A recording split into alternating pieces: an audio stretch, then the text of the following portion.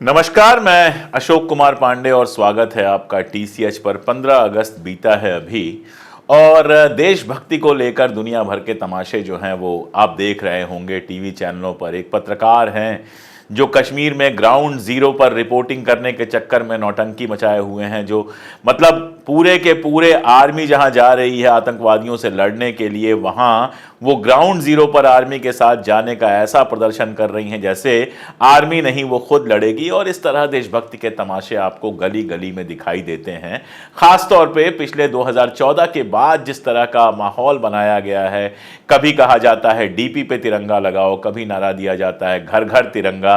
तिरंगों की हालत ये हुई है कि ऐसे टेढ़े मेढ़े कटे फटे गंदे तिरंगे चारों तरफ दिखते हैं कि कई बार लगता है कि शायद पिछला ही कानून बेहतर था, जब तिरंगे बिल्कुल डिफाइन थे। 26 जनवरी और 15 अगस्त के अलावा तिरंगों को इस तरह से यूज करना अलाउ नहीं था। मुझे लगता है वो ज्यादा बेहतर था। तिरंगों को तमाशा बना के हमने रख दिया है। खैर, ये जो पूरा का पूरा देशभक्ति का नाटक है, प्रधानमंत्री मोदी से शुरू होता है और नीचे तक आता है, उसके बहुत सारे रंग हमको दिखाई देते हैं और समझ में आता है कि देशभक्ति है कहां, कितनी देशभक्ति है, क्या देशभक्ति है।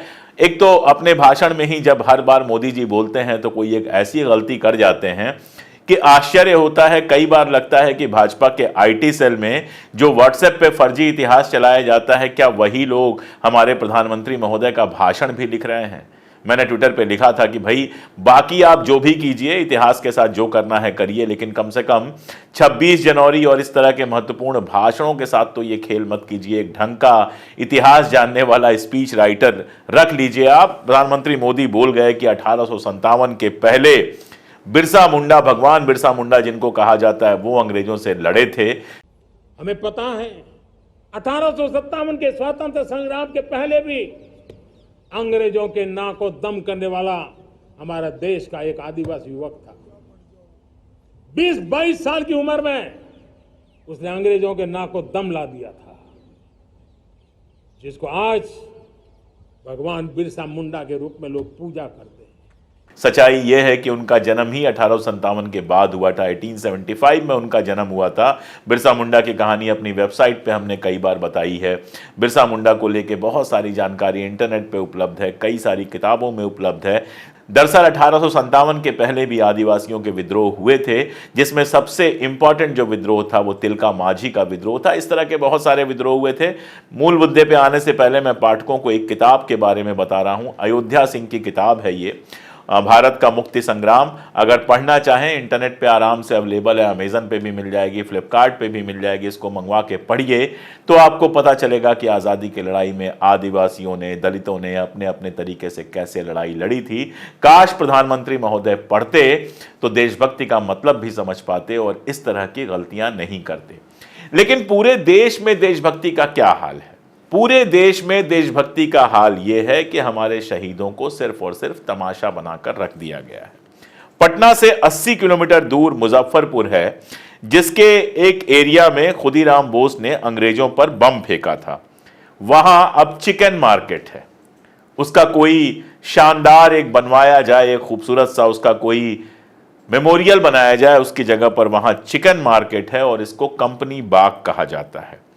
यहां अगर आप पहुंचेंगे तो सिविल कोर्ट की दीवार पर एक स्मारक लगा है खुदीराम बोस का, जिस पर लिखा है भारत के सबसे उम्र के क्रांतिकारी अमर शहीद खुदीराम बोस का स्मारक स्थल।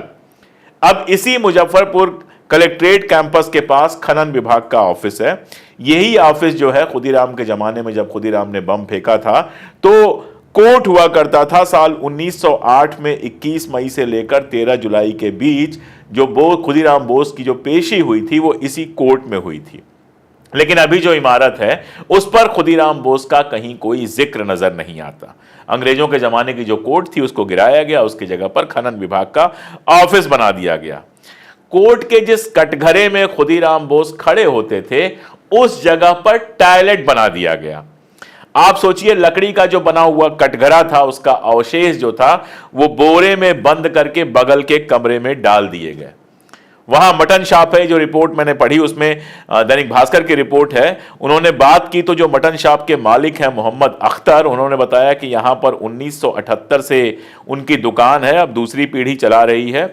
हम खुदीराम बोस को नहीं जानते, हमें उनके बारे में कोई जानकारी नहीं है। अगर आप भी नहीं जानते हैं तो मैं आपको बता दूं कि सबसे कम उम्र के क्रांतिकारी थे जिनको फांसी हुई थी, अंग्रेजों के ऊपर बम फेंका था उन्होंने। 13 जुलाई 1908 को खुदीराम बोस को फांसी की सजा सुनाई गई थी और यह सारा कुछ इतिहास नष्ट हो रहा है, खत्म हो रहा है। मैं यूरोप की यात्रा पे था, पूरा यूरोप तो कहां घूम पाएंगे 20 दिन में, लेकिन कई मुल्कों में गया, इंग्लैंड में काफी घूमता रहा, अंदर तक गया, और मुझे सबसे अच्छी कोई बात लगी तो वो ये लगी कि इन लोगों ने अपने कलाकारों, अपने लोगों की स्मृतियों को कितना सहेज कर रखा हुआ है। द्वितीय विश्व युद्ध में जो युद्ध हुआ था उसके कई सारे वार मेमोरियल बनाए गए हैं, एक तो बड़ा वार मेमोरियल है ही, और उसके अलावा भी छोटे छोटे वार मेमोरियल बनाए गए हैं। मैं आपको बताऊं कि वहां की बड़ी प्रसिद्ध दुकान है लंदन की बुकमार्क्स। मैं बुकमार्क्स ढूंढ रहा था कि वो दुकान कहां पे है, अचानक मुझे एक घर दिखा जिस पर लिखा था पुष्किन हाउस। पुष्किन रशिया के लेखक थे जो लंदन में कभी रहे होंगे, और उनके घर को भी स्मारक बनाकर रखा गया है। ऐसे ही बॉन अगर आप जाएंगे जर्मनी में, बॉन जो पश्चिमी जर्मनी जब था तो उसकी राजधानी हुआ करता था। बिथोवेन सिर्फ वहां पैदा हुए थे, जिंदगी उनकी पूरी ऑस्ट्रिया में, वियना में गुजरी, लेकिन बिथोवेन का जो पारिवारिक घर था उसको म्यूजियम बना दिया गया है, और वहां जो सिटी स्क्वायर है वहां पर बिथोवेन की शानदार मूर्ति लगी हुई है। अलग अलग जगहों पर जाएंगे, जो वहां के पुराने राजा जिन्होंने उसको मुक्त कराया, ऐसे लोग जिन्होंने संघर्षों में भाग लिया, ऐसे लोग जो वहां के क्रांतिकारी हैं, उनकी तस्वीरें, फोटो, ये सारा कुछ आपको मिल जाएगा। लेकिन अपने यहाँ क्या है? अपने यहाँ जो इतिहास है उसको नष्ट करने पे सारे लोग लगे हुए हैं। जलियांवाला बाग को मोदी जी ने ऐसा सजा दिया कि अब आप वहां जाएंगे तो आपके समझ में ही नहीं आएगा कि इतनी सुंदर जगह कैसे रह गई इतनी सारी गोलीबारी के बावजूद। इतिहास सजा के चमकाने वाली चीज नहीं होती है, इतिहास जैसा होता है वैसा ही रखा जाता है। माँ की अगर एक साड़ी आपने सजा कर रखी हुई है, संभाल के रखी हुई है, तो उसकी जगह नई साड़ी आप नहीं खरीद सकते, वही जो साड़ी होती है वही याद दिलाती है। लेकिन हमारे यहाँ देशभक्ति की बातें तो मोदी जी बहुत करते हैं और बाकी लोग भी बहुत करते हैं, लेकिन हालत यह है कि खुदीराम बोस जो हमारे देश में सबसे कम उम्र में फांसी पर चढ़ने वाले क्रांतिकारी रहे थे, वो जिस कटघरे में खड़े होकर उन्होंने केस पूरा सामना किया था अंग्रेजों का, उस कटघरे की जगह पर टॉयलेट बना दिया गया है। आप कल्पना कर सकते हैं। और ये लोग बात करते हैं देशभक्ति की। कल मैं ट्विटर पर ऐसे ही देख रहा था चीजें, तो मुझे एक वीडियो दिखाई दिया। बारिश हुई है, पूरी सड़क मिट्टी बन गई है और ये बच्चे उस पर तिरंगा लेकर चल रहे हैं। दरअसल देशभक्ति का इतना ही मतलब हमारे यहाँ रह गया है। देशभक्ति का मतलब देश इज इक्वल टू पार्टी कई बार हो जाता है, कई बार देश इज इक्वल टू अडानी हो जाता है। अडानी जी के खिलाफ आपने बोला तो आप देशद्रोही, भारतीय जनता पार्टी के खिलाफ आपने बोला तो देशद्रोही। दिन रात आपको बताया जाएगा कि जवाहरलाल नेहरू ने माफी मांगी थी मुझसे। आज तक के एक प्रोग्राम पे मैं गया हुआ था, वहां पर जो एंकर थी उन्होंने भी यही सवाल मेरे ऊपर फेंक दिया। जब मैंने जवाब दिया तो उसके बाद उस समय तो जवाब नहीं सूझा, लेकिन बाद में जी भर के बदतमीजियां की, क्योंकि सच मैंने उनको बता दिया कि भैया जवाहरलाल नेहरू ने कभी एक लाइन की माफी नहीं मांगी थी। और ये सारा क्यों बोला जाता है? क्योंकि देशभक्ति का प्रतीक उस सावरकर को आपको बनाना है जिनकी 5 माफियां रिकॉर्ड में है। सारी दुनिया जानती है कि 5 माफियां मांगकर वो रिहा हुए थे। तो ये है देशभक्ति। उनकी पार्टी के लोग हैं तो बस उनकी तारीफ आप कीजिए। अगर आपने उनकी कोई मुखालफत कर दी, अगर आपने अमित शाह के खिलाफ कुछ बोल दिया, अगर मोदी जी के खिलाफ बोल दिया, तो वो देशद्रोह बन जाता है। एक कविता है रघुवीर सहाय की। रघुवीर सहाय बड़े कवि हुए हैं। इमरजेंसी के दौरान उन्होंने काफी सारी कविताएं लिखी थी और इमरजेंसी की मुखालिफत की थी। उनकी कविता है जिसमें वो कहते हैं, राष्ट्रगीत में भला कौन वह भारत भाग्य विधाता है, फटा सुथन्ना, सुथन्ने का मतलब कपड़ा आप समझ सकते हैं, फटा सुथन्ना पहना जिनके गुण हर चरना गाता है। यानी इस देश का जो गरीब है, इस देश का जो किसान है, इस देश का जो मजदूर है, वो राष्ट्रगीत तो गाता है, लेकिन क्या वो भी इस देश का भारत भाग्य विधाता है, या सिर्फ अडानी जी भारत भाग्य विधाता है? इसीलिए अडानी जी के खिलाफ कैसी भी रिपोर्ट आ जाए, अगर आपने एक शब्द बोल दिया तो फिर आप देशद्रोही हो जाएंगे, सारे लोग आपके पीछे पड़ जाएंगे। अगर भारतीय जनता पार्टी शासित किसी राज्य में अगर महिलाओं के साथ दुराचार हो गया और आपने बोल दिया तो आप देश के दुश्मन हो जाएंगे। अगर भारतीय जनता पार्टी का कोई नेता किसी भ्रष्टाचार में पकड़ा गया, आपने सवाल उठा दिया, तो आप देशद्रोही हो जाएंगे। अगर आपने ये सवाल पूछ दिया कि जिस जगह पर खुदीराम बोस खड़े होकर कोर्ट का सामना कर रहे थे उसको टॉयलेट में बदलने वाली सरकार को क्यों नहीं कहा जाना चाहिए कि वो अपने देशभक्तों का सम्मान नहीं करती है, तो तुरंत आप देशद्रोही हो जाएंगे। देश का मतलब क्या हो गया है? देश का मतलब ये हो गया है कि मुसलमानों से नफरत कीजिए, सिखों से नफरत कीजिए, दलितों से नफरत कीजिए और सिर्फ आरएसएस का झंडा लेकर जय श्री राम करते रहिए, वो देशभक्ति है। राम जी के जन्म का दिन हो, रामनवमी हो, और उस दिन अगर मस्जिद के सामने जाकर आप नारे लगाइए, तब तो आप देशभक्त हैं। अगर घर में बैठ के पूजा करते हैं तो आप देशद्रोही हो जाएंगे। और अगर आपने कहीं मस्जिद के सामने हुए इस तमाशे की मुखालफत कर दी, उसका विरोध कर दिया, तब तो आप पक्के वाले एंटी नेशनल हो जाएंगे, आपको पाकिस्तान भेज दिया जाएगा। आपने अगर यह सवाल पूछ लिया कि राहुल गांधी विपक्ष के नेता हैं, उनका क्रम तीसरा होता है जो प्रोटोकॉल में है, कैसे उनको 5वीं लाइन में आपने बिठा दिया, फ्रंट लाइन में क्यों नहीं बिठाया, तो आप देशद्रोही हो जाएंगे। अगर आपने सवाल पूछ लिया कि हाथरस में इतनी बड़ी घटना हुई थी, वहां प्रधानमंत्री क्यों नहीं गए, अगर आपने पूछ लिया कि मणिपुर साल भर से जल रहा था, वहां प्रधानमंत्री क्यों नहीं गए, तो आप तुरंत देशद्रोही हो जाएंगे। कंडीशन इतिहास के साथ जो खेल हो रहा है उसकी कंडीशन मैं आपको बताऊं।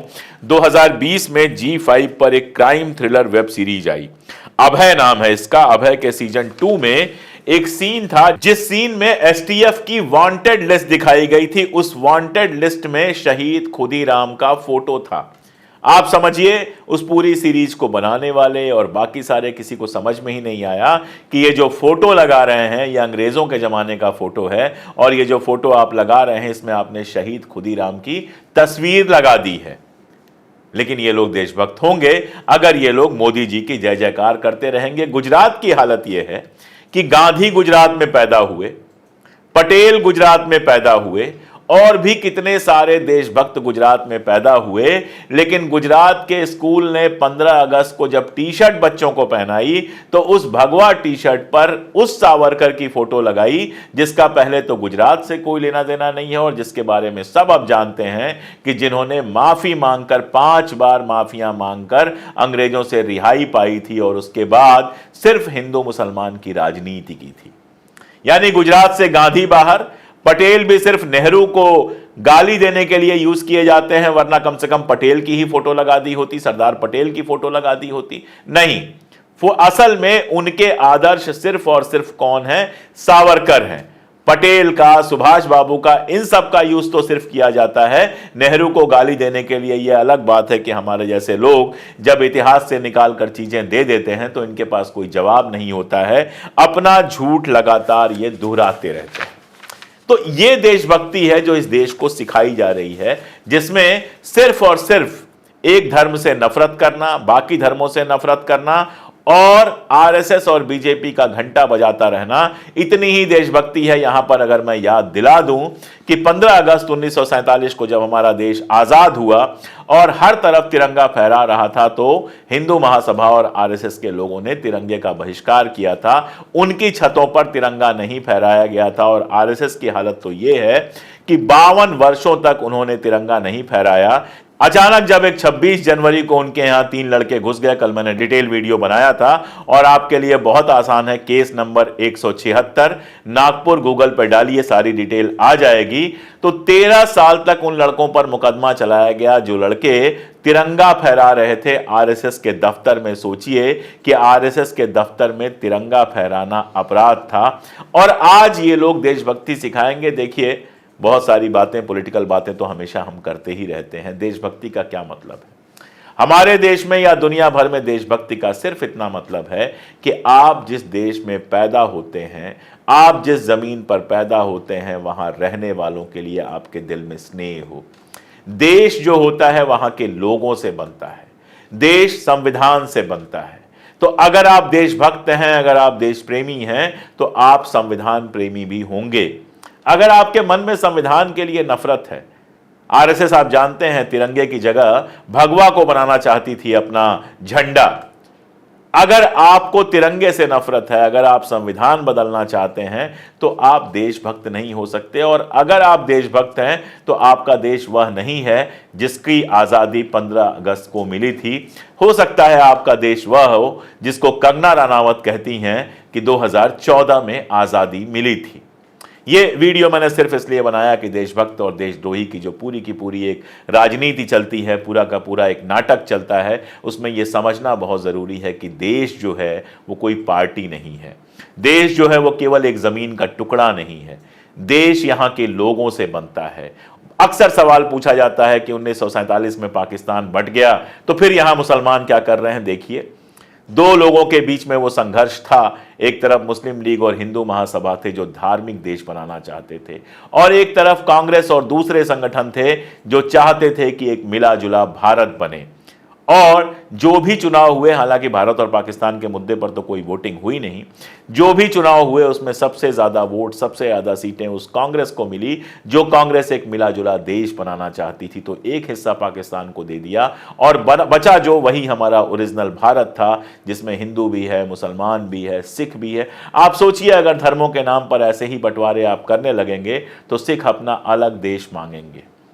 हो सकता है आपसे कल को और लोग भी अपना अलग देश मांगने लगे। नॉर्थ ईस्ट में बहुत सारे ऐसे कबीले हैं जो कहते हैं हमें अलग मुल्क चाहिए। कल को साउथ इंडिया खड़ा होकर कहे कि हमें अलग मुल्क चाहिए, हमारी भाषा अलग है, हमारी संस्कृति अलग है। देश टुकड़ों में बंट जाएगा। इसीलिए इस देश की नीति थी अनेकता में एकता। जो अनेक तरीके के लोग हैं, अनेक धर्मों वाले, अनेक जातियों वाले, अनेक संस्कृतियों वाले, अनेक भाषाओं वाले, वो सब मिलकर जब एक साथ खड़े होते हैं तभी हमारा देश बनता है। दूरदर्शन पर एक गीत आया करता था जब हम लोग बच्चे थे, मिले सुर मेरा तुम्हारा। वही इस देश की परिभाषा है। जब हम सबका सुर मिलकर एक हो जाता है तब जाकर एक हिंदुस्तान बनता है। लेकिन आज जिस हिंदुस्तान को, जिस भारत को बनाने की कोशिश की जा रही है, उसमें सारे सुरों को तोड़ फोड़ करके किनारे करने की कोशिश की जा रही है। और ये जो देशभक्त अपने आप को कहते हैं, यही लोग हैं जिनकी वजह से 1947 में हमारा देश दो हिस्सों में बटा। और ये अगर ऐसे ही आगे बढ़ते रहेंगे तो एक दिन हमारा देश और टुकड़ों में बट सकता है, जो हम होने नहीं देंगे। एक बंटवारा तो हो गया, दूसरा बंटवारा हमारे जैसे लोग होने नहीं देंगे। और इसीलिए असली देशभक्ति जो है, संविधान से जो प्रेम है, जो अपने शहीदों की परंपराओं से प्रेम है, उसको याद करना जरूरी है। आखिरी बात, एक किस्सा मैं छोटा सा सुना दूंगा आपको। 15 अगस्त 1947 का दिन मुझे एक और बात के लिए याद रहता है। सरदार अजित सिंह भगत सिंह के चाचा थे, और सरदार अजित सिंह 1907 में 8 में गिरफ्तार हुए। गिरफ्तार होकर उनको मांडले जेल भेजा गया, क्योंकि किसानों का सबसे बड़ा आंदोलन उन्होंने पंजाब में खड़ा किया था। रिहाई के बाद भी वो आज़ादी की लड़ाई में लगे रहे, और जब उनको लगा कि गिरफ्तार करके सरकार लंबा जेल में डाल सकती है तो भागकर ईरान चले गए। उनके साथ जिया उल हक साहब थे, सूफी अम्बा प्रसाद साहब थे, ये सारे लोग ईरान गए। और उसके बाद अगले 40 साल वो दुनिया भर में भटकते रहे और देश की आज़ादी के लिए कोशिशें करते रहे। 1946 में उन्होंने कहा कि मैं हिंदुस्तान आना चाहता हूं, कोशिश शुरू की, लेकिन ब्रिटेन ने उनको अलाउ नहीं किया। तब जवाहरलाल नेहरू ने हस्तक्षेप किया और वो हिंदुस्तान आए। हिंदुस्तान जब आए तो बंटवारे के पूरे हालात चल रहे थे। बेहद नाराज और बेहद दुखी थे कि जिस मुल्क में हिंदू, मुसलमान, सिख सब मिलकर रहते थे, उसको ऐसे बांटा जा रहा है।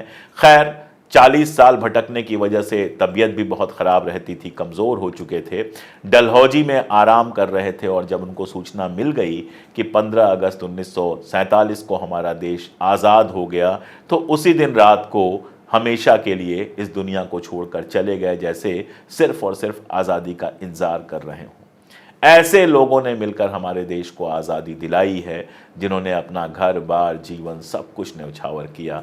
उसको बचाए रखने के लिए ज़रूरी है कि जो उनके मूल्य थे, जो वो हिंदू मुस्लिम एकता की बात करते थे, जो वो सबको साथ लेकर चलने की बात करते थे, उसको हम जिंदा रखें। अगर वो जिंदा रहेगा तभी हमारा देश भी जिंदा रहेगा। आज के लिए इतना ही, बहुत शुक्रिया।